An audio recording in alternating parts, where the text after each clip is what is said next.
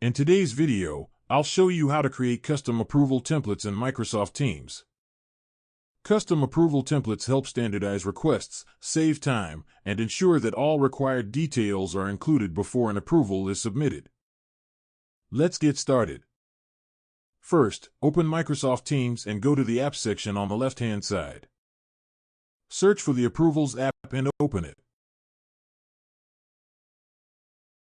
If it isn't pinned, you can pin it for easier access.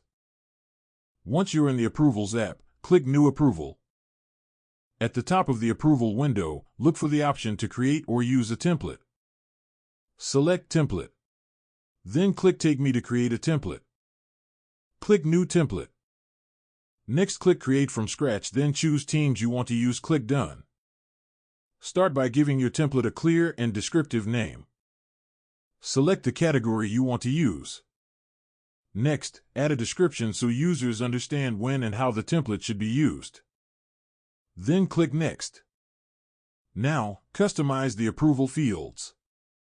You can include required details such as the amount, reason for the request, project name, dates, or any supporting information your organization needs. Next, choose the default approver or approvers. This ensures requests are always sent to the correct people without needing to select them manually each time. You can also attach files or allow attachments if supporting documents are required for approval. Once you've finished setting up the fields and approvers, save the template.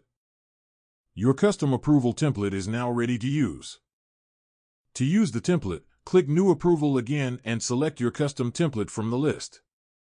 All predefined fields and approvers will load automatically, making it faster and more consistent to submit requests. Custom approval templates help reduce errors, speed up decision-making, and keep approvals organized across your team. And that's how you create custom templates for approvals in Microsoft Teams.